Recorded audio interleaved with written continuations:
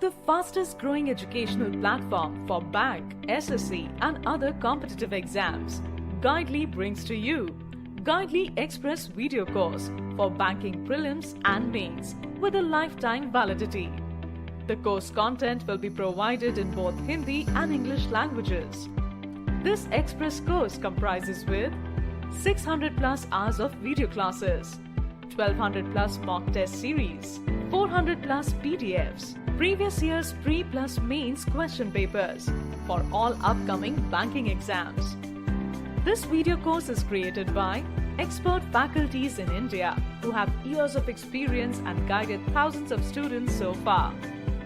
We will also provide personal guidance in secret Telegram group. You can attend the sessions in both platforms, mobile app and on laptop. And that's not all. If you are selected in the exam, you can get 100% cashback from our end. So what are you waiting for? To enroll in our Express video course, go to this link today.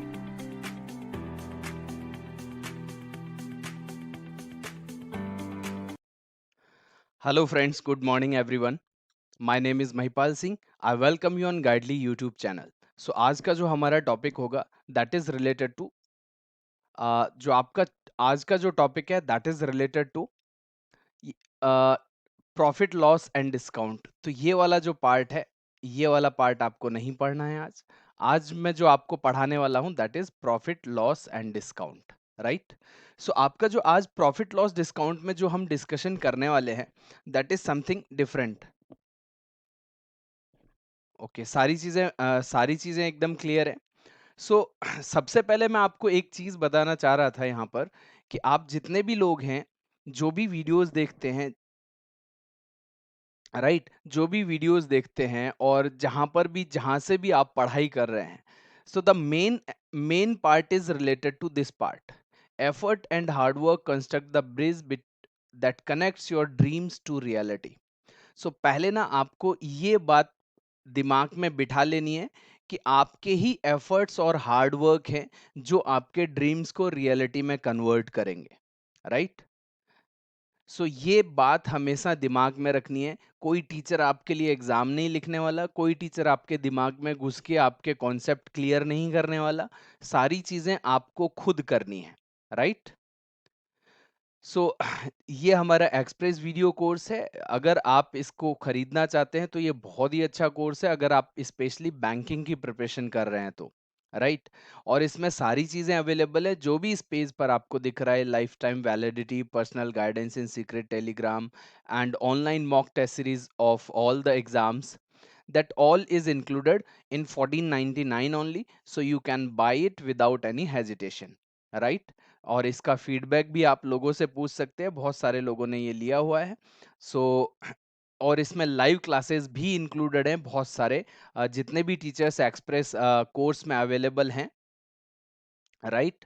तो उन सब की live classes भी हैं और recorded version भी है, ठीक है। सो जो टॉपिक हमें पढ़ना है वो है आपका profit loss discount. Good morning everyone, good morning. मैं एक्सप्रेस कोर्स में नहीं हूँ स्नेहा। सो जो मेरा एक डीआई का कोर्स मैंने सेपरेटली स्टार्ट किया है उसको आपसे अलग से परचेज करना होता है, which is SBI PO pre to mains DI batch. Because SBI PO is all dependent on DI only. तो उसमें अर्थमेटिक से लेके प्री से लेके मेंस तक जो भी पार्ट होगा वो सारे के सारे। So actually, I have to start my batch for SSC, so I cannot be the part of that express batch, इसलिए मैंने वो separately रखा हुआ है। शॉर्ट टर्म कोर्स है, राइट। उसको खत्म करके मैं अपना SSC के बैचेस स्टार्ट करने हैं। So I can not be the part. So ये चीजें मैं आपको ऑलरेडी बता चुका हूँ। सो आज जो मैं आपको पढ़ाने वाला हूँ that is profit loss and discount, right. So profit loss discount ना एसबीआई पीओ या फिर एसबीआई क्लर्क है या फिर आपका आईबीपीएस पीओ है, इन सब के लिए बहुत ही इंपॉर्टेंट पार्ट है। सो प्रॉफिट लॉस डिस्काउंट के अगर आपने बहुत सारी चीजें पढ़ी हुई हैं already, I know that, but अगर आपको बेसिक्स क्लियर नहीं है ना तो आप क्वेश्चंस नहीं कर पाएंगे। Good morning everyone. सो आप क्वेश्चंस नहीं कर पाएंगे, तो मैं इस क्लास में आपको बेसिक्स बताने वाला हूं और कुछ एक या दो क्वेश्चन मैंने आपके लिए लिए हैं जो डिफिकल्ट लेवल के हैं। जो पहला क्वेश्चन आपको स्क्रीन के सामने दिख रहा होगा, बट एक्चुअल में आपको मैं ये समझाने के लिए आया हूं कि ये जो क्वेश्चन है, this can come into the exam, right. यहां तक समझ में आता है कि ये एग्जाम में क्वेश्चन आ सकता है। बट कुछ ऐसे यूट्यूब चैनल्स चल रहे हैं, नाम मैं किसी का पर्टिकुलरली लेता नहीं, टीचर सारे बहुत अच्छा पढ़ाते हैं, बट वो जो पढ़ा रहे हैं that is not related to the banking, right. तो बस आपको वो पार्ट समझना है। तो पहला क्वेश्चन आपकी स्क्रीन के सामने है, एक बार आप इसको सॉल्व करके देखिए। मैं इसके साथ साथ आपको बेसिक समझाता रहूंगा। मैंने एक या दो ही क्वेश्चन लिए हैं। आज जो क्लास होगी वो बेसिक्स वाली ही होगी। आज मैं जो पढ़ाने वाला हूं आपको बेसिक पढ़ाने वाला हूं, बट मैं आपको ये समझा रहा हूं कि इस टाइप के क्वेश्चंस को भी हम एक लाइन में कर सकते हैं अगर आपके बेसिक्स क्लियर हैं तो, राइट। तो आपका मैं बेसिक ही पढ़ाऊंगा, बट ये क्वेश्चन मैं आपको सबसे पहले करा रहा हूं, इसके बाद हम बेसिक्स पर आएंगे। आई होप आप लोगों को समझ में आ गया होगा कि आज के चैप्टर में हम क्या पढ़ने वाले हैं।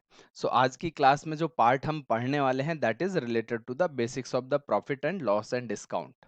पहला क्वेश्चन आपकी स्क्रीन के सामने है, एक बार आप इसे सॉल्व कर लीजिए, राइट।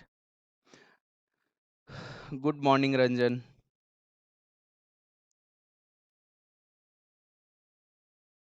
Good morning Sanjana.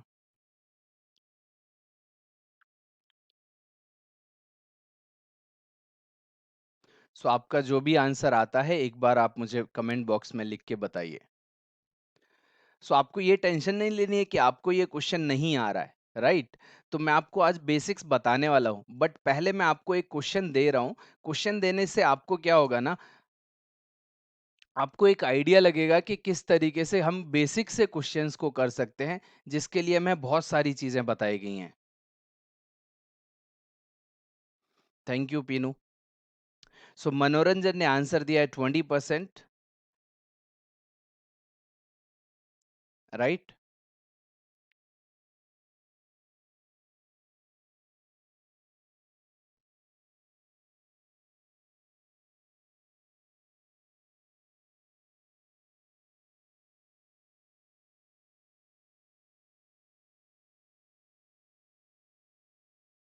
और किसी का कोई आंसर आता है तो जल्दी से बताइए।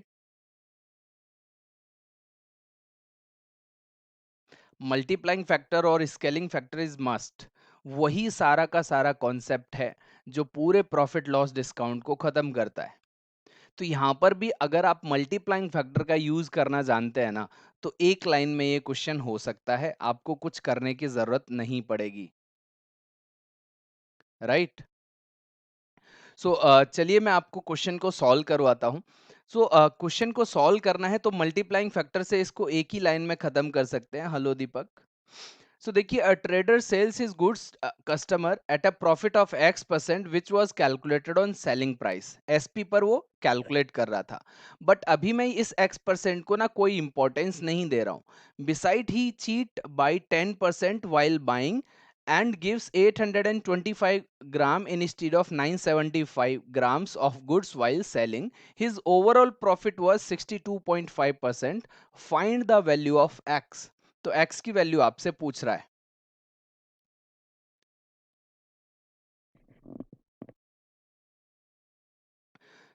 सो तो इस वाले पार्ट को ना आपको इस तरीके से देखना है कि मान के चलो कोई भी एक कॉस्ट प्राइस है, कोई भी एक कॉस्ट प्राइस है Y। अब ये किस पर ये किस पर पार्ट आपका कैलकुलेट हुआ है, ये सेलिंग प्राइस पर आपका पार्ट कैलकुलेट हुआ है, राइट। तो इस सेलिंग प्राइस को एक बार के लिए भूल जाइए। मान के चलो कि आपने प्रॉफिट जो है वो P है, और P मैंने फ्रैक्शन में ले रखा है, और ये कॉस्ट प्राइस पर ही कैलकुलेट हो रहा है, राइट।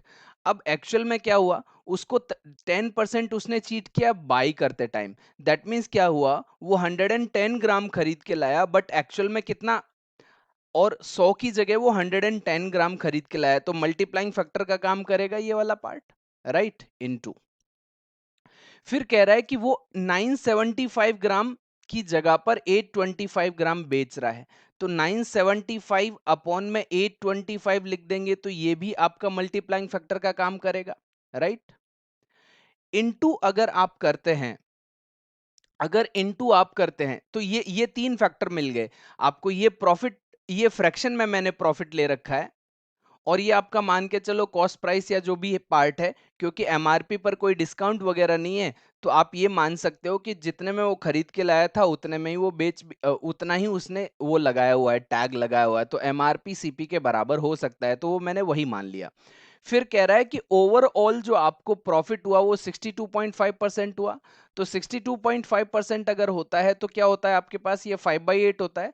तो मैं इस 5/8 मतलब क्या हो गया, अगर ये सीपी है तो ये प्रॉफिट है, तो आपका एसपी कितना हो जाएगा 13, राइट। तो आप अगर आप 13/8 इंटू वाई लिख देंगे तो यही सीपी हो गया ना, ये एसपी बन गया ना, तो वाई से वाई तो कैंसिल आउट हो जाएगा आपका। समझ में आ रहा होगा आपको, एक ही लाइन में खत्म होते हैं ऐसे सारे क्वेश्चन, y से y कैंसिल आउट हो जाएगा। तो p इंटू अब आपके पास क्या बचा, केवल 110 अपॉन में 100 into 975 upon 825 into 13/8 equal to में है। तो आप देखो कि 0 से 0 कैंसिल आउट हो गया, 11 से ये 75 टाइम्स कैंसिल आउट होता है। और अगर आप इसका कैलकुलेशन करेंगे तो 15 से ये 65 टाइम्स कैलकुलेट हो रहा है, 15 से ये 5 बार और 5 से ये 13 बार, 13 से 13 कैंसिल आउट हो गया। तो P का जो वैल्यू आ रहा है आपको दिख रहा होगा 10/8, क्योंकि 10 यहीं पर बचा हुआ है, अभी भी ये 5/4 आ रहा है। तो 5/4 का मतलब क्या होता है, 5/4 का मतलब क्या होता है, 1+1/4 होता है ना, कि ये जो मल्टीप्लाइंग फैक्टर है, प्रॉफिट वाला मल्टीप्लाइंग फैक्टर जो बना होगा वो 5/4 बना, तो 1 से कितना ज्यादा है 25%, राइट। तो एक्चुअल में x की वैल्यू अभी नहीं आई है, एक्चुअल में उसका प्रॉफिट परसेंटेज 25% आया है एक लाइन में, बट वो एक्चुअल में उसने क्या किया था, एसपी पर कैलकुलेट कर दिया था, राइट। अब मान के चलो कि सीपी आपका 100 हो और प्रॉफिट परसेंटेज 25% है, तो आपका एसपी कितना हो जाएगा, 125 होगा ना। तो अब उसने इस 25 को क्या किया, 25 को 125 पर कैलकुलेट कर दिया, राइट। तो ये क्या आएगा, 1/5 आएगा। 1/5 का मतलब कितना होता है, 20% होता है, राइट। सो आपका जो बहुत आसान सा क्वेश्चन था, एक्स की वैल्यू जो आएगी वो 20% आ जाएगी, एक लाइन में खत्म हो सकता है ये कैलकुलेशन आपको दिख रहा होगा, कैलकुलेशन बहुत, तो एक ही लाइन में तो सब कुछ किया है मैंने, दो बार इसको पार्ट को लिखा हुआ, यहीं पर सारी चीजें कैलकुलेट करके कर सकते थे, बट समझाना है तो मैं स्टेप वाइज लिख रहा हूं, राइट। आई होप आपको समझ में आ गया। जितने भी क्वेश्चंस होते हैं, अब ये तो एग्जाम में फिर भी रिलेवेंट है कि ऐसा क्वेश्चन पूछा जा सकता है, राइट। तो ऐसे क्वेश्चन पूछे जा सकते हैं और मल्टीप्लाइंग फैक्टर का यूज करके बड़े आसानी से सॉल्व किया जा सकता है, राइट। आई होप आप लोगों को सबको समझ में आ गया कि आंसर क्या आने वाला है, वो आने वाला था 20%। एक्चुअल में प्रॉफिट क्या आ रहा था 20%, बट ये सीपी पर निकाल रहे हैं तब है। उसने क्या किया, 13/8 कैसे हुआ, तो 13/8 ऐसे हुआ कि 62.5% प्रॉफिट है, तो इसको हमने 5/8 लिखा। 8 का मतलब क्या होता है, ये सीपी को रिप्रेजेंट करता है और ये प्रॉफिट को रिप्रेजेंट करता है, अगर आप प्रॉफिट लॉस का बेसिक वाला पार्ट पढ़ेंगे, राइट। तो प्रॉफिट इतना हो गया और सीपी इतना था, तो आपका एसपी जब कन्वर्ट होगा तो 13/8 ऑफ वाई होगा ना, तो वाई से वाई कैंसिल आउट हो गया जो हमने सीपी मान रखा था। समझ में आ गया। तो इस टाइप के क्वेश्चंस को करना बहुत बड़ी बात नहीं है, बट आपका बेसिक स्ट्रांग होना चाहिए। तो ज्यादातर लोगों का क्या है ना, ये बेसिक वाला पार्ट स्ट्रांग नहीं है कि यार ये मल्टीप्लाइंग फैक्टर होता क्या है, कैसे लिखते हैं, राइट। क्योंकि परसेंटेज बहुत अच्छे से नहीं पढ़ा, प्रॉफिट लॉस बहुत अच्छे से नहीं पढ़ा, तो वो समझ में नहीं आता। यहां तक तो ठीक था, बट कुछ लोगों ने ऐसे क्वेश्चन भी दे रखे हैं और ऐसे शीट बना बना के आपको फॉरवर्ड कर रहे हैं आपके, मतलब ये क्वेश्चन मुझे दिखा एक यूट्यूब चैनल पर कराया हुआ है, सॉल्व भी नहीं करा रखा उसने, क्या कर रखा है कि कैट के जितने भी क्वेश्चन है उस पीडीएफ को सब ग्रुप्स में सर्कुलेट किया हुआ है, राइट। ताकि लड़के ना इन्हीं डाउट्स में दुनिया भर, और जो जो भी आजकल मुझे डाउट मिल रहे हैं ना, मैं इसलिए बार बार इस पॉइंट को उठाता हूं, क्योंकि जो भी बंदा डाउट भेजता है ना, वो ऐसे पीडीएफ का स्क्रीनशॉट लेके भेज देता है। समझ में आ रहा है। तो ये क्वेश्चन आपको दिख रहा है, क्या क्या पूछ रहा है, what is the minimum profit he can made by selling all the toys. तो मिनिमम मैक्सिमम, मिनिमा और मैक्सिमा का कॉन्सेप्ट हो गया, एल्जेब्रा का कॉन्सेप्ट हो गया इसमें। एक क्वाड्रेटिक इक्वेशन बनेगा, फिर उसमें मिनिमम और मैक्सिमम वैल्यू निकालनी है। मिनिमम मैक्सिमम वैल्यू का तो आपके सिलेबस में आज तक कोई पार्ट नहीं आया, अलजेब्रा का क्वेश्चन हो गया है। मैं ऐसा नहीं है इस क्वेश्चन को सॉल्व नहीं करा सकता हूं आपको, ये भी 2 मिनट का 2 मिनट भी नहीं लगेंगे, 1 मिनट का क्वेश्चन है। बट मैं आपको ये समझा रहा हूं कि आप ऐसे क्वेश्चंस को अगर छोड़ सकते हो तो छोड़ दो, और किसी दूसरे बंदे को भी डिस्टर्ब मत करो, क्योंकि ये आपके सिलेबस की चीजें नहीं है। आप निकालते रहिए, इसको मैक्सिमा मिनिमा का कॉन्सेप्ट है कि एक क्वाड्रेटिक इक्वेशन बनने वाला है, अब उसमें मैक्सिमम और मिनिमम का कॉन्सेप्ट अगर आपको पता होगा तो आप आराम से लगा पाएंगे। समझ में आ रहा है? तो अभी हम बेसिक पढ़ते हैं, उसके बाद इस क्वेश्चन को सॉल्व करेंगे। तो मेरा कहने का मतलब ये था कि आप लोग अपना दिमाग इस्तेमाल करें, that that is the only purpose. ऐसा नहीं था कि मैं उसको पढ़ाना नहीं चाहता या फिर आपको उतना नहीं आना चाहिए, आना चाहिए, लेकिन जब मीडियम लेवल आपका सबसे ज्यादा स्ट्रांग हो जाए उसके बाद आपको ये चीजें करनी है। आपको कुछ आता जाता है नहीं, हार्ड हार्ड क्वेश्चन करने स्टार्ट कर देते हैं, वहीं से आप डिप्रेशन में आ जाते हैं कि भैया मेरे को तो कुछ नहीं आता। तो ये आपकी प्रॉब्लम है, समझ में आ रहा है? तो आप ही को डील करनी पड़ेगी, उसमें मैं कुछ नहीं कर सकता।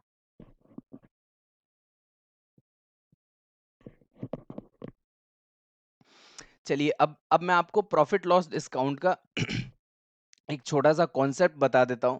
उस कॉन्सेप्ट से क्या होगा, आपके सारे की सारी प्रॉब्लम्स दूर हो जाएंगी। और मैं आपको आज ना कॉन्सेप्ट ही पढ़ाने वाला हूं।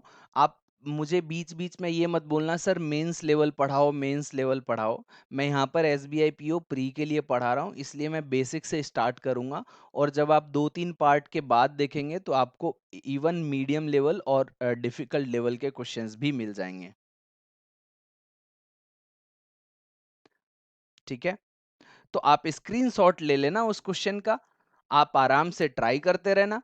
ठीक है? तो एसबीआई पीओ और आईबीपीएस पीओ या क्लर्क मेंस के लिए प्रॉफिट लॉस डिस्काउंट बहुत ही आपका आ, जरूरी कॉन्सेप्ट होता है। तो कस्टमर पॉइंट ऑफ व्यू से देखिए कि प्रॉफिट लॉस डिस्काउंट में कस्टमर को क्या क्या चीजें पता होती हैं। तो मैं एक आपको ना एक व्यू दे रहा हूं कि मान के चलो आप किसी शोरूम में गए, राइट? तो सबसे पहले आपको क्या चीजें दिखाई देती हैं कस्टमर पॉइंट ऑफ व्यू से?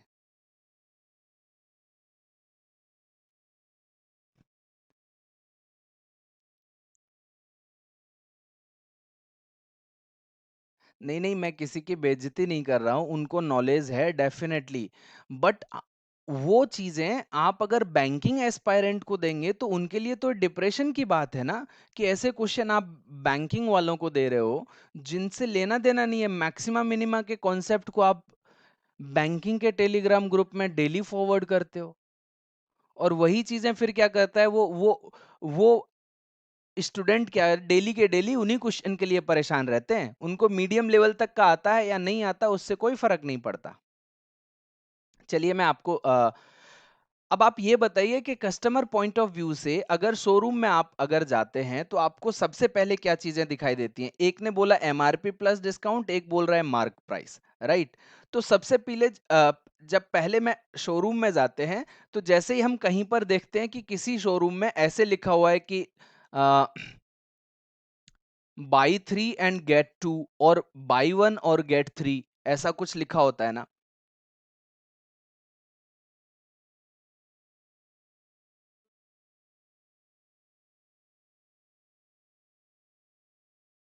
राइट? सो सबसे पहले या तो एमआरपी कोई देखता है, या फिर कई बार और इंडियन मेंटेलिटी की बात करें कि डिस्काउंट कितना मिल रहा है, तो सबसे पहले क्या देखते हैं? या तो डिस्काउंट देख के शोरूम में चले जाते हैं, या तो एमआरपी फिर अंदर जाके देखते हैं, राइट? तो दो चीजें हैं, या तो वो डिस्काउंट सबसे पहले देख रहा होगा या तो एमआरपी देख रहा होगा। तो बंदे को एमआरपी दिखती है या तो डिस्काउंट दिखता है, तो एमआरपी पर डिस्काउंट मिलता है हमेशा, राइट? एमआरपी पर डिस्काउंट मिलता है, और वो डिस्काउंट पे करने के बाद मतलब एमआरपी माइनस डिस्काउंट अगर जो भी पे करता है, तो ये एक शॉपकीपर के लिए ये सेलिंग प्राइस होता है, और कस्टमर के लिए ये क्या होता है? कॉस्ट प्राइस होता है, राइट? तो आपको जो कस्टमर पॉइंट ऑफ व्यू है तो उसको केवल 2-3 चीजें पता होती हैं, एमआरपी पता होती है, डिस्काउंट पता होता है, और उसके लिए सीपी या कॉस्ट या फिर जो पे करके आ रहा है, ये शॉपकीपर के लिए तो सीपी एसपी है शॉपकीपर के लिए, राइट? जो दुकानदार है उसके लिए तो ये सेलिंग प्राइस है, बट उसके खुद के लिए वो क्या है? कॉस्ट प्राइस है। वो कितना पे करके आ रहा है। तो कभी भी कस्टमर जो है वो दुकानदार का प्रॉफिट परसेंटेज और लॉस परसेंटेज नहीं बता सकता, क्योंकि उसे कॉस्ट प्राइस या सेलिंग कॉस्ट प्राइस पता ही नहीं होती। उसको खुद की कॉस्ट प्राइस तो पता है।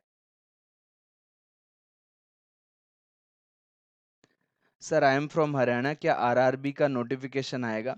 डेफिनेटली, अगर आपने ध्यान से देखा हो ना कि अभी कुछ दिन पहले, अभी 2 दिन पहले टीसीएस आयन जो कि सारे बैंकिंग एग्जाम कंडक्ट कराता है, उसने एक न्यूज़ दी है। सभी न्यूज़पेपर्स में कटिंग्स आपको देखने को मिली होगी। उसने कहा है कि हमने सारे के सारे सेंटर्स को उस तरीके से मेंटेन कर लिया है जैसे हमें कोरोना को डिफीट करना है। लाइक उन्होंने सारी मशीन्स के इंतजाम कर लिए हैं, उन्होंने सेंटर्स को डिस्टेंस मेंटेन करने वाले पार्ट में कन्वर्ट कर दिया है। दैट मींस अब एग्जाम आपके लाइन वाइज लाइन होने जा रहे हैं, और बहुत जल्दी सभी एग्जाम के नोटिफिकेशन आने वाले हैं, और बहुत जल्दी जितने भी बचे हुए एग्जाम्स थे वो सब होने वाले हैं।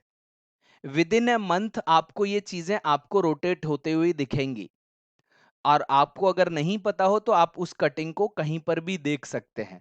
टीसीएस आयन ने अभी कटिंग निकाली थी, एक मैंने न्यूज में पढ़ा था और मुझे भेजा भी था। अभी कुछ ग्रुप्स में वो फ्लॉट भी हुआ है, कुछ ग्रुप्स में डिस्ट्रीब्यूट हुई है वो कटिंग। ठीक है। सो अभी मैं बात कर रहा था ये वाला पार्ट। तो कस्टमर कभी भी प्रॉफिट परसेंटेज और लॉस परसेंटेज नहीं बता सकता, क्योंकि उसको ना दुकानदार का सीपी नहीं पता होता, राइट? अब आप देखिए शॉपकीपर पॉइंट ऑफ व्यू से क्या होता है। तो शॉपकीपर कहीं पर भी जाता है तो सबसे पहले होलसेलर से वो क्या करता है? डील करता है कि भाई तुम कितने में मुझे दोगे सामान, राइट? तो सबसे पहले उसको कॉस्ट प्राइस पता होती है। उसके बाद उस कॉस्ट प्राइस को घर तक, अब जो भी उसने प्रोडक्ट लिया है, जो भी गुड्स उसने खरीदे हैं, उसको घर तक लाने में कुछ पार्ट लगा होगा, राइट? राइट। तो उसको घर तक लाने में कुछ खर्चा किया होगा। तो जो भी उसका ऑटो का फेयर है, या फिर जो भी उसने गोडाउन वाले को चार्ज दिया, या फिर लेबर को जो चार्ज दिया, जो भी चार्जेस लगे उसकी जेब से खर्च हो गए। तो जेब से जो खर्च हो गया ना उसको घर तक लाने में, या फिर अपनी शॉप तक लाने में, उसको हम क्या बोलते हैं? उसको बोलते हैं हम सीपी, कॉस्ट प्राइस। जो आपकी जेब से चला गया है ना वो है कॉस्ट प्राइस। शॉपकीपर हमेशा क्या देखता है कि उस प्रोडक्ट को लाने तक, शोरूम तक लाने तक मुझे कितना खर्चा करना पड़ा, राइट? अब वो क्या करता है? अब ये सीपी तो उसको मिल गया, अब सीपी पर मार्कअप करता है। मार्कअप और मार्कअप परसेंटेज, कि सीपी को बढ़ा के लिखता है। तो सीपी को बढ़ा के लिखता है तो वो एमआरपी बनाता है, खुद बनाता है, कोई और नहीं बनाता, वो खुद बनाता है, राइट? तो मान के चलो एक प्रोडक्ट है, उसकी कॉस्ट उसको 100 रुपए मिली है। अब उसने एमआरपी उस पर क्या लिख दिया? 300। अब एमआरपी उसने 300 लिख दिया, तो मार्कअप परसेंटेज जो होता है ना वो हमेशा सीपी पर कैलकुलेट होगा। सो मार्कअप परसेंटेज जो होगा वो आपका क्या होगा? सीपी पर कैलकुलेट होगा हमेशा। तो सीपी प्लस मार्कअप, आप ये बोल सकते हो CP plus markup. Actual value अगर दे रखी है तो एमआरपी है, राइट? या फिर सीपी इंटू, आप वो 100 प्लस माइनस ये प्लस मार्कअप अपॉन में 100 ऐसा कुछ लिख के एमआरपी बनाते थे। तो आपको करना क्या है कि मान के चलो 300 रुपए है, तो अगर आपको मार्कअप परसेंटेज निकालना है तो 200 रुपए बढ़ाए हैं। तो 200 रुपए बढ़ाए हैं कितने पर? सीपी पर कैलकुलेशन होगा, तो 200% क्या हो गया? मार्कअप हो गया। तो एमआरपी बना दिया उसने। अब एमआरपी बनाने के बाद क्या करता है? वो डिस्काउंट देता है। तो एमआरपी बनाने के बाद वो डिस्काउंट देता है, उस हिसाब से डिस्काउंट देता है ताकि उसको जितना प्रॉफिट चाहिए था उतना मिल पाए, राइट? तो एमआरपी बनाने के बाद वो डिस्काउंट देता है। तो आप एमआरपी माइनस डिस्काउंट पे करके आते हैं, और डिस्काउंट हमेशा आपका एमआरपी पर कैलकुलेट होगा, सीपी पर या एसपी पर कैलकुलेट नहीं होगा। आई होप आपको समझ में आ रहा है। तो एमआरपी माइनस डिस्काउंट कर लेगा। तो एमआरपी माइनस डिस्काउंट जब करेगा तो वो आपको क्या पे करके, आप लोग जो पे करके आते हैं वो क्या कर, उसके लिए वो क्या होता है? Selling price. तो अब उसे पहले ही कॉस्ट प्राइस पता था और सेलिंग प्राइस भी पता था। तो अब वो आराम से क्या कर सकता है, तो उसको क्या क्या चीजें पता है कस्टमर को, कॉस्ट प्राइस पता लग गया, सेलिंग प्राइस पता लग गया, मार्कअप उसने कितना किया था वो पता लग गया, और उसने एमआरपी कितना बनाया था वो भी पता होता है, और उसने डिस्काउंट कितना दिया वो भी पता होता है। तो अब वो प्रॉफिट परसेंटेज और लॉस परसेंटेज निकाल सकता है। और प्रॉफिट परसेंटेज और लॉस परसेंटेज जो होते हैं वो हमेशा क्रय मूल्य दैट इज कॉस्ट प्राइस पर कैलकुलेट होते हैं, वो हमेशा कॉस्ट प्राइस पर कैलकुलेट होते हैं। तो इन दो पॉइंट ऑफ व्यू से क्या होगा, एक स्टोरी लाइनअप बन गया कि किस पर किसकी कैलकुलेशन चलती है, राइट। और जब आप मार्जिन क्या होता है, मार्जिन जब भी आप प्रॉफिट और लॉस सेलिंग सेलिंग प्राइस पर कैलकुलेट करते हैं, if the profit or loss is calculated on the selling price, that is called the margin। कई बार क्वेश्चन में आता है ना, पहला ही क्वेश्चन जो मैंने किया था उसमें ये आया था कि profit percentage was calculated on SP, right. तो अगर उस पर वो अगर ऐसे ना लिख के वो ये भी कह देता ना कि मार्जिन वाज X%, तो भी इसका मतलब यही होता है कि प्रॉफिट परसेंटेज या लॉस परसेंटेज की जो कैलकुलेशन हो रही है वो एसपी पर हो रही है। तो इससे सारे के सारे आपको रिलेशन पता लग जाएंगे कि प्रॉफिट लॉस डिस्काउंट में जो टर्म्स होते हैं उनकी जानकारी मिल जाएगी कि वो एक दूसरे से इंटरलिंक्ड कैसे हैं।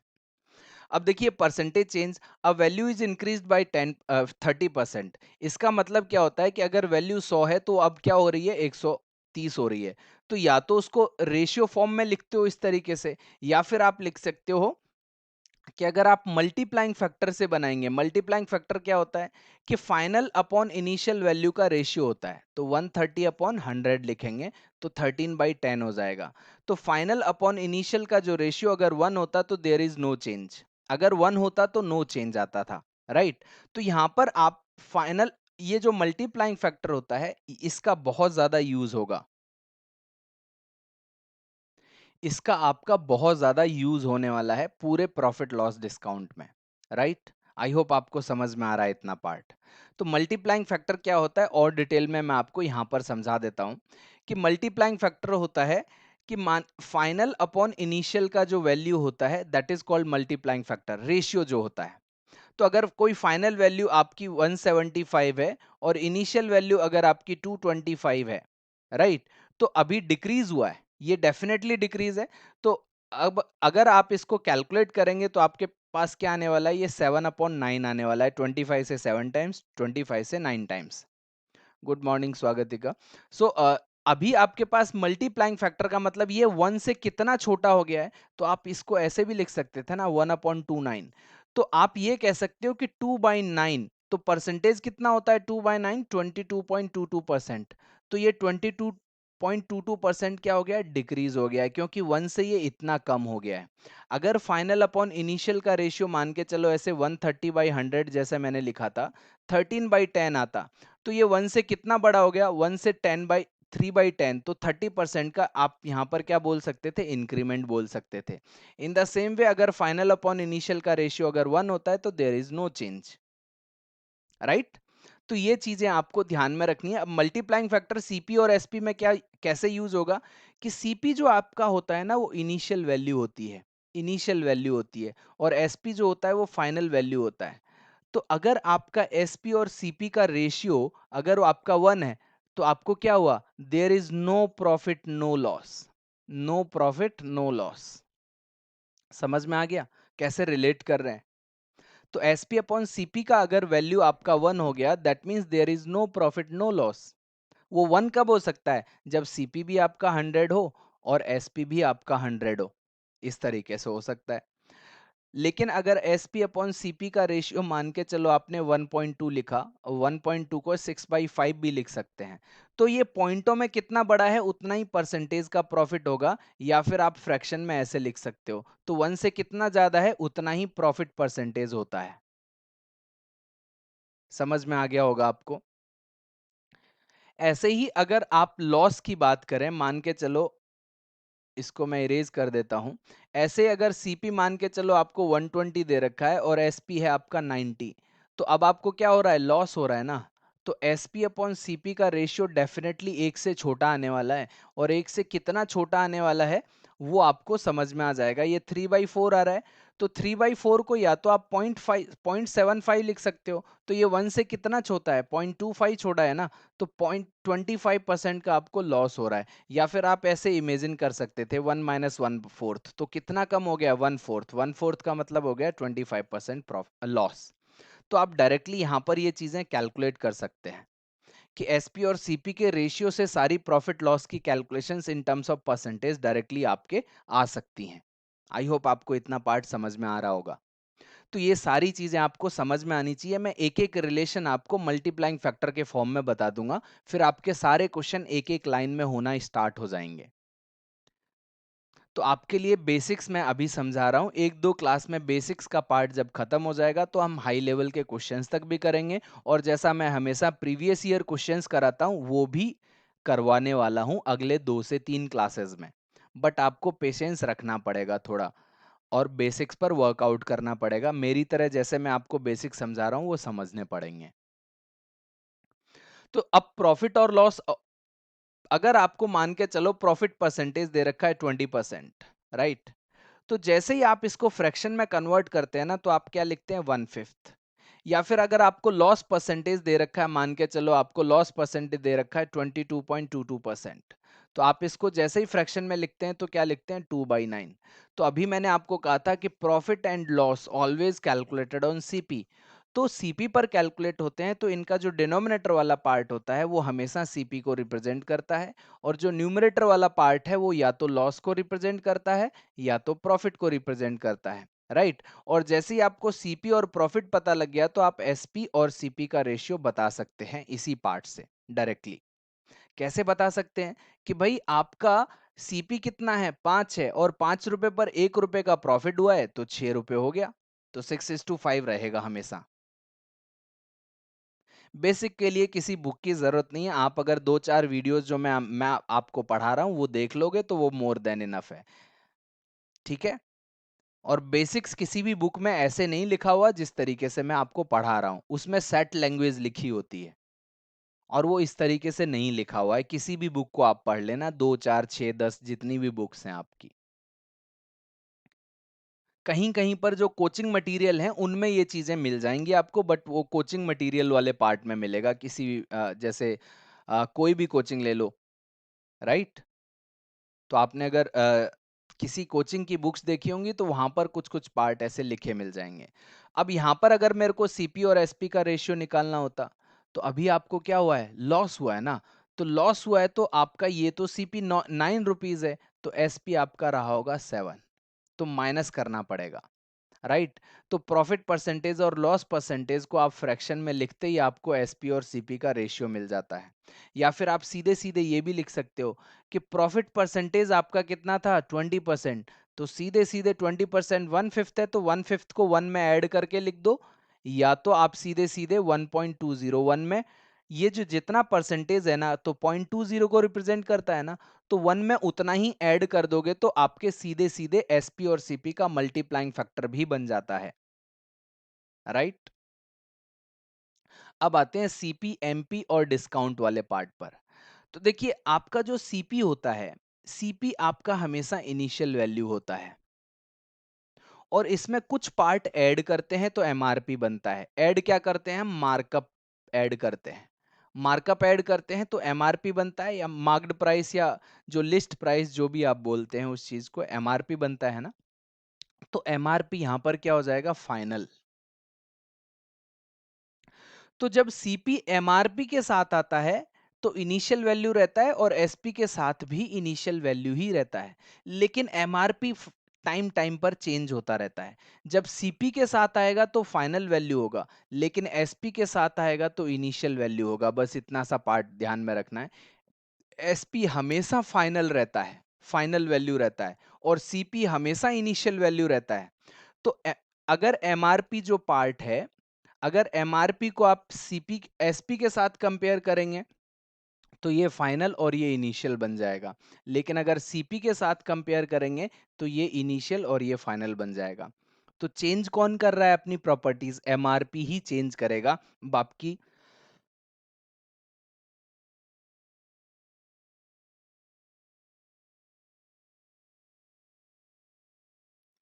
सो सीपी हमेशा इनिशियल रहता है, एसपी हमेशा फाइनल रहता है, एमआरपी टाइम टाइम पर चेंज होता रहेगा। वो किसके अकॉर्डिंग चेंज होता है? सीपी के साथ आएगा तो फाइनल रहेगा, एसपी के साथ आएगा तो इनिशियल बन जाएगा। तो अगर मैं आपसे ये कहता हूं कि एमआरपी अपॉन सीपी का रेशियो आपको आ गया, मान के चलो 3/2 या फिर आ गया 1.5, दैट मीन्स आप ये डायरेक्टली कह सकते हो कि जो मार्कअप परसेंटेज है दैट इज 50%, और फ्रैक्शन में 1/2, क्योंकि हम इसको क्या लिख सकते हैं, 1+1/2। तो अगर एमआरपी और सीपी का रेशियो अगर 1 होता तो जो एमआरपी है वही आपका सीपी है। आप कुछ भी बढ़ा चढ़ा के नहीं लिखते, जितने में खरीद के लाए हैं वही आपका टैग प्राइस है, राइट? ऐसा बोल सकते हैं। समझ में आ रहा है? तो मार्कअप परसेंटेज भी हम एमआरपी और सीपी के इस वाले पार्ट से डायरेक्टली कैलकुलेट कर सकते हैं। इतना पार्ट समझ में आ गया होगा इन बेसिक्स के लिए। और एक और बेसिक वाला पार्ट मैं आपको बता देता हूं कि जब आपका एमआरपी होता है और एसपी होता है, मान के चलो, तो डिस्काउंट क्या होता है आपका? डिस्काउंट हमेशा होता था एमआरपी माइनस डिस्काउंट। जब आप करते हैं तो आपका एसपी बनता है, दैट मीन्स ये इनिशियल वैल्यू और फाइनली आप एसपी बन रहा है, राइट? तो एसपी अपॉन एमआरपी या मार्क्ड प्राइस या मैक्सिमम रिटेल प्राइस का जो रेशियो है, ये अगर 1 है, that means there is no discount, no discount, ये हम डायरेक्टली बोल सकते हैं।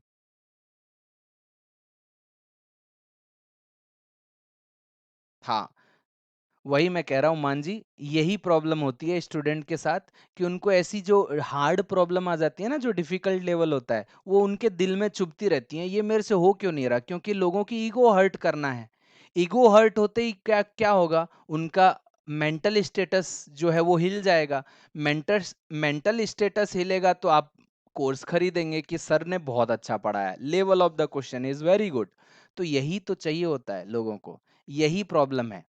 तो बैंकिंग एस्पायरेंट और एसएससी एस्पायरेंट की केवल यही प्रॉब्लम है कि वो डिफिकल्ट प्रॉब्लम्स के ट्रैप में फंसते हैं। देखो, एक बंदे का तो आ गया लाइव एग्जांपल कि उसको हर्ट करता रहता है हमेशा, यार ये क्वेश्चन हो क्यों नहीं रहा, हो क्यों नहीं रहा, राइट? और ये हमेशा रहेगा उसके दिमाग में जब तक उस क्वेश्चन का सॉल्यूशन नहीं मिल जाएगा। ये दिल में ऐसे ही हर्ट करता रहेगा। तो यही प्रॉब्लम है, आप सिलेबस हट के बाकी चीजों पर ध्यान देते हैं ज्यादा।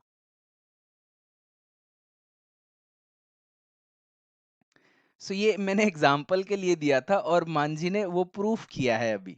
सो मांझी, मैं आपको ऐसा कुछ हर्ट करने के लिए नहीं बोल रहा हूँ, बट ये सबका प्रॉब्लम है। ये आपका प्रॉब्लम नहीं है, ये सभी बैंकिंग एस्पायरेंट का प्रॉब्लम है, क्योंकि उनको डिफिकल्ट में यह ऐसे ही ट्रैप में फंसाया जाता है।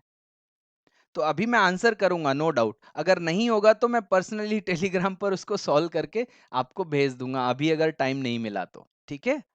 तो परेशान मत होइए।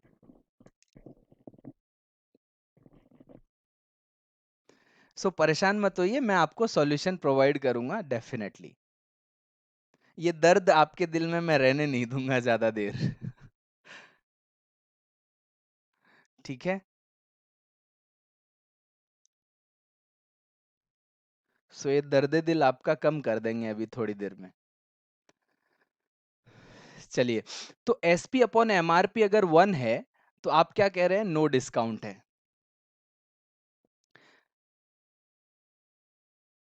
ठीक है? नो डिस्काउंट है। तो अगर, हाँ, रियल लाइफ में ना एसपी अपॉन एमआरपी कभी भी, रियल लाइफ की अगर बात करें, तो केवल एक ही जगह पर यह बढ़ सकता है, रेलवे स्टेशन, कि 10 रुपए की बोतल 20 रुपए में मिल रही होती है।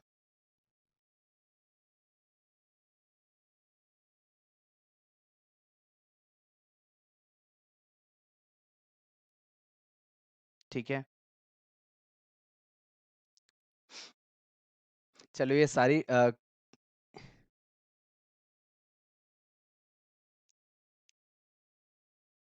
तो एसपी अपॉन एमआरपी जो होता है, ये रेलवे स्टेशन पर आप देखोगे ना तो 1 से भी बड़ा हो जाता है।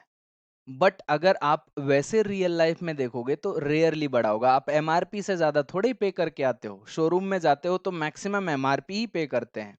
लेकिन रेलवे स्टेशन पर कई बार बिस्किट के पैकेट 10 रुपए का होता है, आपको 12 रुपए देने पड़ते हैं। ये काउंसलिंग में डेली प्रोवाइड करता हूँ सभी लोगों को और फ्री में। ठीक है। तो ये काउंसलिंग मैं हमेशा देता हूँ और लाइव एग्जाम्पल के साथ, इसीलिए मैं आप लोगों को हमेशा करीना कपूर मानता हूँ, थ्री इडियट्स वाली, जिसको हमेशा डेमो चाहिए, लेकिन आप अपने आप को आमिर खान से नीचे लाने की कोशिश ही नहीं करते। राइट? तो आपके दिमाग में जो भ्रम है उसको तोड़िए और करीना कपूर वाली लाइफ स्टेट में आइए। ठीक है।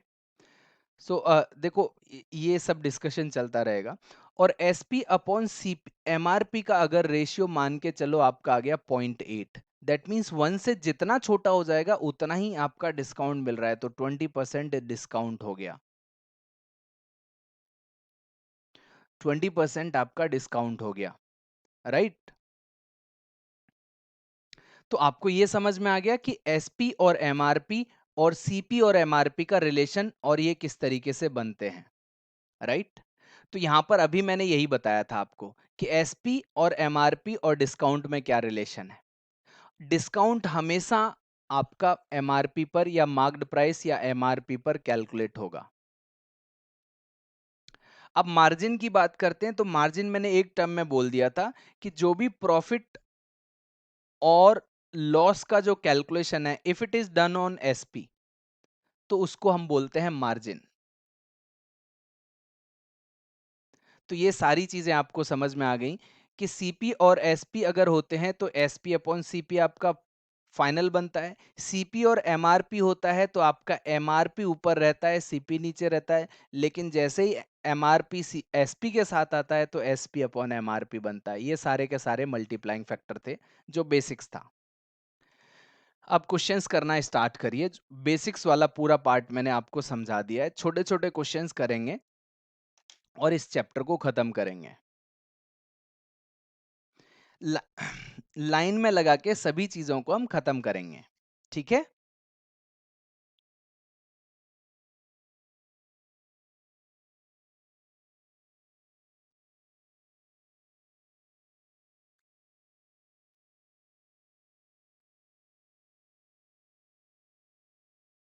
Difference between SP and MP. देखिए, एसपी और एमआर जो मार्क्ड प्राइस होते हैं ये बराबर कब हो जाते हैं, जब आपको कोई डिस्काउंट नहीं मिलता। If there is no discount, तो जो एसपी होता है वही एमआरपी होता है। समझ में आ रहा है? वही होता है ना। अब अगर आपको डिस्काउंट मिला है तो एमआरपी और एसपी जो होंगे वो अलग अलग हो जाएंगे। राइट? तो एसपी अपॉन एमआरपी मान के चलो आपको 70% का डिस्काउंट मिला, तो रेशियो क्या बन जाएगा? 0.3, क्योंकि 70% का डिस्काउंट मिल गया है। अगर एसपी अपॉन एमआरपी अगर आपका मान के चलो आ गया 0.75, तो 25% का डिस्काउंट मिला। और एसपी अपॉन एमआरपी अगर आपका आ गया 1, तो कोई डिस्काउंट नहीं मिला, दोनों बराबर है। इस क्वेश्चन का आंसर आप लोगों ने सबने एकदम सही दिया है कि भाई सेलिंग प्राइस और कॉस्ट प्राइस का रेशियो दे रखा था, तो आपको यहाँ पर जो प्रॉफिट हो रहा है वो 15 रुपए का और कॉस्ट प्राइस, तो आपने कहा कि ये 5/7 है और 5/7 71.42 के आसपास की वैल्यू आती है, तो सी आपने आंसर दे दिया है। सेकंड क्वेश्चन एक बार आप सॉल्व कर लीजिए। तो ये बेसिक बेसिक जो चीजें हैं ना, इसमें आपको बहुत अच्छे से जो स्टोरी मैंने बताया था आपको, कस्टमर पॉइंट ऑफ व्यू और शॉपकीपर पॉइंट ऑफ व्यू, उसको आप दिमाग में बिठा लो, तो कभी ये गलतियां नहीं होंगी कि एसपी पर क्या कैलकुलेट करना है, सीपी पर क्या कैलकुलेट करना है, एमआरपी पर क्या कैलकुलेट करना है। ये सारी चीजें सीक्वेंस में है। और मल्टीप्लाइंग फैक्टर्स कैसे बनते हैं, तो आपको किसी फॉर्मूले की जरूरत नहीं पड़ेगी कहीं पर भी।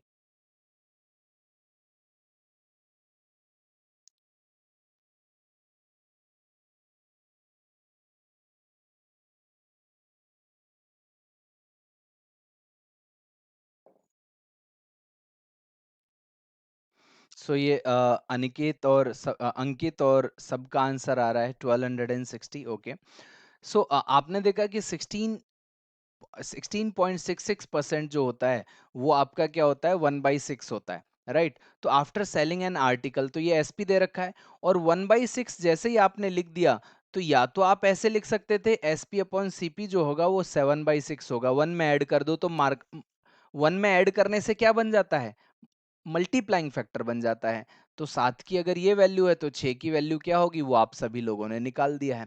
या फिर आप जो आपका जो ये प्रॉफिट वाला पार्ट होता है ना, इसको आप फ्रैक्शन में लिख लो तो ये सीपी को रिप्रेजेंट करता है और ये प्रॉफिट को रिप्रेजेंट करता है। तो अब आप सीपी और एसपी का रेशियो निकाल सकते हो कि ये 6 रुपए है और 1 रुपए का प्रॉफिट है, तो 6:7 आएगा। राइट, नेक्स्ट क्वेश्चन सॉल्व करिए।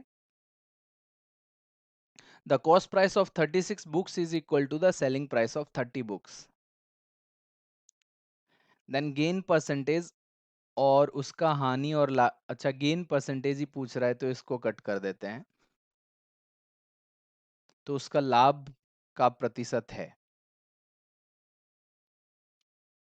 सो आई होप आप लोगों को कुछ अच्छे से समझ में आ रहा होगा, दिमाग में आ रहा होगा कि किस लिमिट तक हमें पढ़ना है। इजी टू मीडियम है ना, इजी टू मीडियम अगर क्वेश्चन आ रहे हैं तो उस टाइम आपकी स्पीड जो होनी चाहिए ना, वो लाइट की स्पीड होनी चाहिए। लाइट की स्पीड मतलब इनकी प्रैक्टिस करते हुए आपको ये नहीं सोचना है कि यार ये तो मेरे को आते हैं। अगर आप पहले पहले 10 सेकंड में करते थे तो उनको आप 5 सेकंड में करना सीखिए, उनको 2 सेकंड में करना सीखिए। तो यही बैंकिंग और एसएससी में सिलेक्शन का राज है, क्योंकि डिफिकल्ट क्वेश्चन ना 2 से 4% आते हैं, उनको छोड़ के भी चले आओगे तो कोई फर्क नहीं पड़ने वाला आपके सिलेक्शन पर। तो आपका क्या क्या बोल रहा है, 36 बुक्स हैं, तो बेसिक से अगर आप जाते तो 36 बुक्स इज सीपी, तो 36 books is equal to the selling price of 30 books, right. तो आप सीधे सीधे ये कह सकते हो कि 36 का जो सीपी है that is equal to CP को 36 का सीपी मैंने मान लिया एक्स, और यहां पर 30 का वो पार्ट मैंने ले लिया वाई, तो एक्स और वाई का आपको रेशियो मिल जाएगा। एक्स और वाई का रेशियो क्या मिल गया, 30/36, तो 5/6 मिल रहा है। तो वाई हमने क्या माना हुआ है, एसपी माना हुआ है, तो 1/5 आपका प्रॉफिट हो रहा है। आप ये बोल सकते हो। या goods left upon goods exchange, तो गुड्स आपने बेचे कितने, 30, और खरीद के कितना लाए थे, 36, तो आपके पास बच कितना गया, goods left. Goods left upon exchange, exchange तो वही हुए ना जो बिक गए हैं, तो एक्सचेंज कितने हुए, 30, तो 1/5 ऐसे भी लिख सकते हो। ठीक है। A person calculate his loss on selling price, अभी मैंने आपको बताया था कि सेलिंग प्राइस पर अगर कोई लॉस को कैलकुलेट करता है तो क्या चीजें आएंगी। ठीक है, तो आप यहां पर सीधे सीधे इसको क्या लिख सकते थे, इसको सीधे सीधे 1/6 लिख सकते थे। अब देखिए loss on selling price calculate कर रहा है तो बेस वाला जो पार्ट है ना वो एसपी को रिप्रेजेंट करेगा, और ये आपका लॉस होता है, राइट। तो अब आपका सीपी क्या हो जाएगा, 6+1। तो आपका जो एक्चुअल प्रॉफिट होगा या लॉस होगा, वो 1 रुपए का लॉस हो रहा है, वो कितने पर होगा, 7 पर, तो 1/7 आना चाहिए। 1/7 इज 14 2/7, तो आंसर हो जाएगा ए। सभी लोग एकदम सही आंसर दे रहे हैं, मांझी ने एकदम सही आंसर दिया है, क्रोना का भी एकदम सही आंसर है। और ये जो मांझी पर लोग हंस रहे हैं ना, ये सबका प्रॉब्लम है, मांझी का प्रॉब्लम नहीं है, ये कॉमन प्रॉब्लम बताया था मैंने। अब यहाँ पर आपको प्रॉफिट निकालना है, तो अब ये प्रॉफिट जो है वो एसपी पर कैलकुलेट हो रहा है, तो फिर से अब एसपी आपका कितना हो जाएगा, ये आपका एसपी, ये अब आपका प्रॉफिट है, तो सीपी इज इक्वल टू क्या होगा, अब आपको माइनस करना पड़ेगा, तो अब आपका ये वाला पार्ट बनेगा। तो अब आपका जो प्रॉफिट परसेंटेज हो जाएगा वो कितना होगा, 1/5, 1/5 मतलब 20%। आपको समझ में आ रहा होगा, ये चिटिंग वाले क्वेश्चन थे, राइट। ये चिटिंग वाले क्वेश्चंस थे ना, तो आपको क्या, इसका एक पर्टिकुलर मेथड होता है, वो भी मैंने आपको करवाया हुआ है, बट मैं दोबारा से उसको रिवाइज करूंगा, और मल्टीप्लाइंग फैक्टर के थ्रू ये क्वेश्चंस आपको अब समझ में आ जाएगा। आप पूरा बेसिक देखने के बाद इसका सॉल्यूशन देखना। अब हम आते हैं इस वाले क्वेश्चन पर जो आपको दर्द दिल दे दिया था, तो उसका इलाज करते हैं अभी। मेरा एक प्ले लिस्ट है महिपाल सर क्लासेस के नाम से, उसी में सारे के सारे वीडियो रहते हैं, महिपाल सर क्लासेस के नाम से। अब ये मत सोचना कि मैंने, और जो भी टॉपिक देखना है ना, यहाँ सारे टॉपिक एक बार खत्म हो चुके हैं, आप देखना स्टार्ट कर दो। अब वो रेलवे में पढ़ाया है, एसएससी में पढ़ाया है, बैंक में पढ़ाया है, डजेंट मैटर, कॉन्सेप्ट मैंने इसी तरीके से हर चीज के ऐसे ही मेंटेन किए हैं। ठीक है, तो अब इस क्वेश्चन को कर लेते हैं। बोल रहा है कि देयर आर 120 टॉयज एंड हर एक टॉय जो है वो आपका 100 रुपए में आपने खरीदा था, राइट?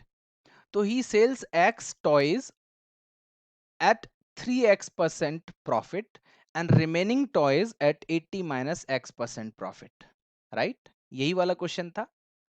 अब इसमें देखो जो मिनिमम मैक्सिमम का ऑप्शंस जो हैं वो किस तरीके से आ रहे थे वो मैं आपको समझा देता हूं। तो अगर आपको मिनिमम प्रॉफिट निकालना है, मिनिमम प्रॉफिट निकालना है ना, हाँ, उस प्ले लिस्ट में जो मैंने चीटिंग वाला कॉन्सेप्ट करवाया था ना, वो आपको प्ले लिस्ट में मिल जाएगा।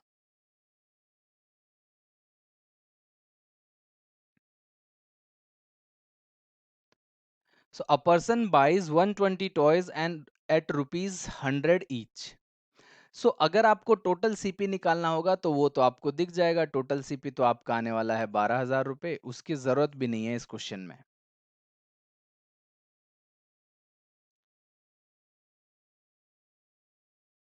सो आपने कहा कि भाई एक्स टॉयज जो है वो 3x% प्रॉफिट पर बेचे, राइट?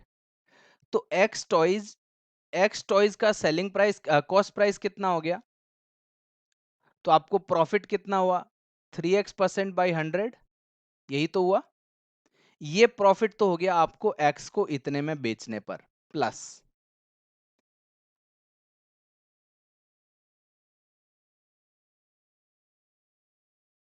ठीक है। हाँ, जनरल मेथड ही बता रहा हूं ये। आपका ना एलिगेशन से तो होने वाला भी नहीं है। एलिगेशन से तो कोई भी टीचर कर दे तो फिर मुझे भी सिखाना, मैं भी सीखने को रेडी रहता हूं हमेशा।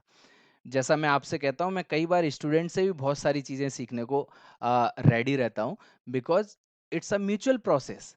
कोई भी टीचर मुझे कुछ सिखा सकता है तो मैं हमेशा एज ए स्टूडेंट उसके पास जाता हूं, और कोई स्टूडेंट भी अगर मुझे सिखा सकता है तो that is the welcome part, right? तो मैं कभी सीखने में ये नहीं कहता कि यार इससे क्यों सीखना है, ये तो मेरा स्टूडेंट है, ऐसा कुछ नहीं होता। ये म्यूचुअल प्रोसेस होती है। A person buys 120। अब देखो उसने एक्स टॉयज तो बेच दिए, अब बचे कितने? 120 माइनस एक्स। अब उनको वो किस प्रॉफिट पर बेच रहा है? उनको वो किस प्रॉफिट पर बेच रहा है? किस प्रॉफिट पर बेच रहा है? 80 माइनस एक्स प्रॉफिट पर बेच रहा है। अपॉन में 100 आएगा। और इतने टॉयज का जो सीपी था वो, तो प्रॉफिट तो टोटल मिला के यही बनने वाला है ना। सो प्रॉफिट तो टोटल मिला के यही बनने वाला है। 100 से 100 कैंसिल आउट हो जाएगा, तो यहां पर आपका 3x² बन जाएगा। प्लस आपके पास क्या आ जाएगा? 100 से 100 कैंसिल आउट हो जाएगा। 120 12 इसको मल्टीप्लाई करो। सो ये 9600 बन जाएगा। और आपका कितना पार्ट आने वाला है? 120 माइनस 120x, फिर माइनस 80x प्लस x²। ये वाला पार्ट बनने वाला है आपके पास। समझ में आ रहा होगा आपको? अब आपको मैं होमवर्क दूंगा, राइट? तो इस क्वेश्चन में मैं आपको थोड़ा सा होमवर्क दूंगा, पूरा सॉल्व नहीं कराने वाला आज। तभी आपके दर्द का परमानेंट इलाज होगा।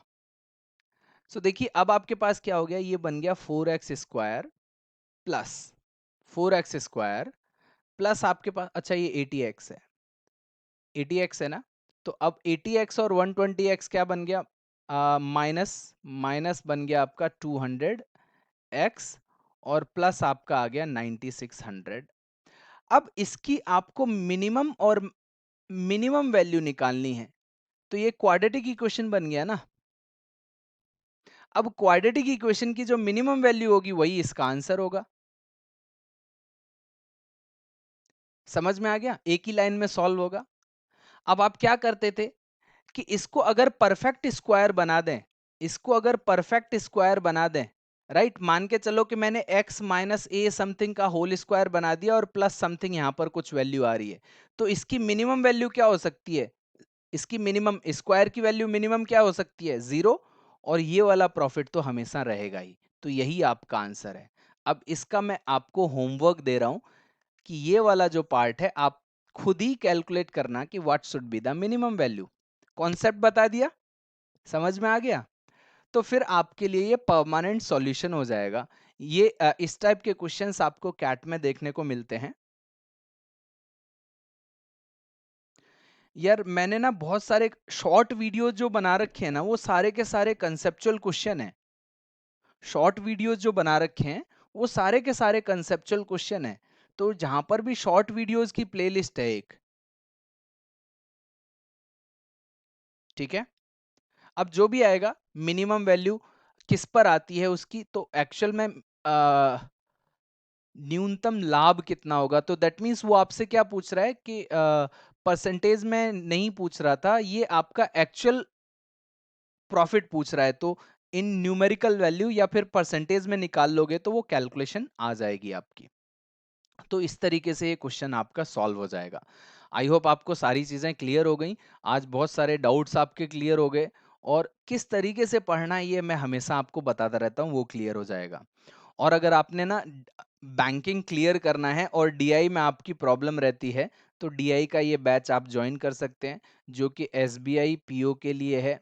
SBI PO pre to mains है, राइट। इसकी जो क्लासेस मैं आपके लिए ले रहा हूं, अब जो क्लासेस का टाइमिंग है वो 1:30 टू 2:30 पीएम रहता है हमेशा, और इसमें 60 प्लस आवर्स की क्लासेस हैं। ये सारी चीजें मैं आपका कवर करने वाला हूँ।